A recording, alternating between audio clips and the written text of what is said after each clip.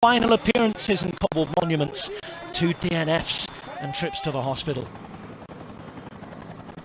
With 102 kilometers to go, the real party started. Jumbo-Visma anticipating just about everybody.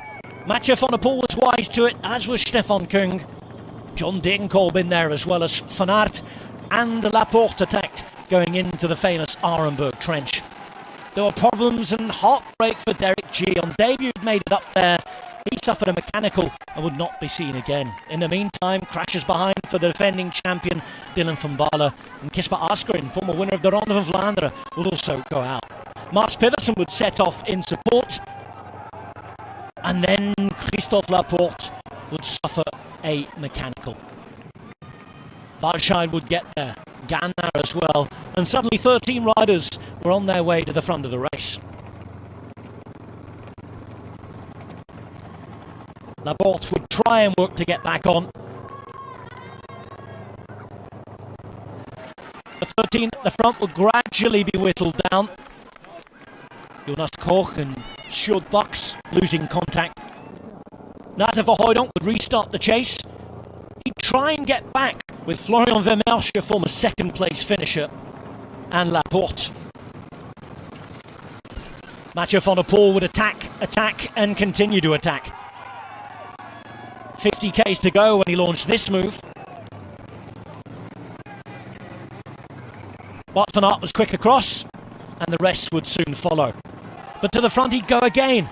Monson-Pével this time. Max Valscheid struggling to hold on.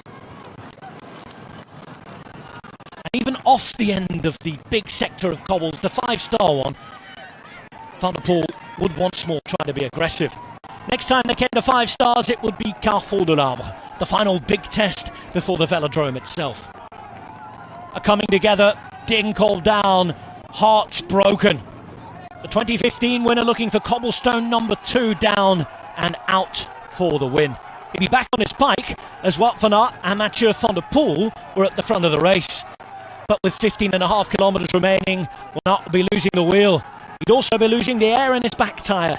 A puncture on Carrefour de l'Arbre, effectively ending his chances of winning the race and seeing Van der Poel ride away solo. Van der Poel was out in the front and tried to stay there. He'd be taking risks though. Van Aert set off in search of his big rival.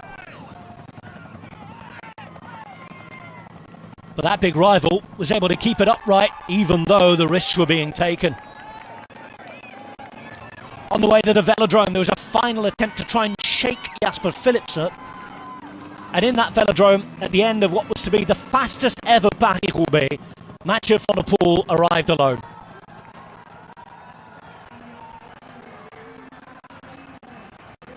He finally realised what he'd done.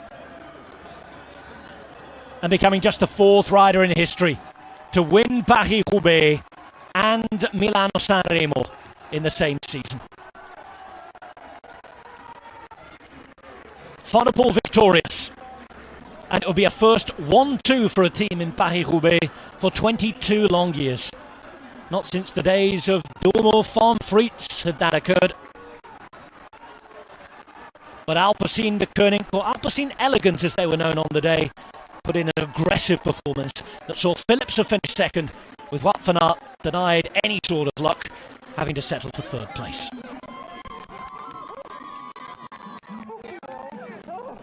Big celebrations for Van der Poel. First in San Remo, second in the Ronde, first again in Roubaix. His 3rd different monument, 4th in total. He's the man with the best percentage of top 10 finishes of any rider who has ever ridden a monument. It's a win though here. Philipsen second, Van Aert third, with Pedersen and Kung in the top 5. Ganna and Degenkolb with a heartbreaking 7th. As Mathieu van der Poel became the 2nd Dutchman in as many seasons to lift the famous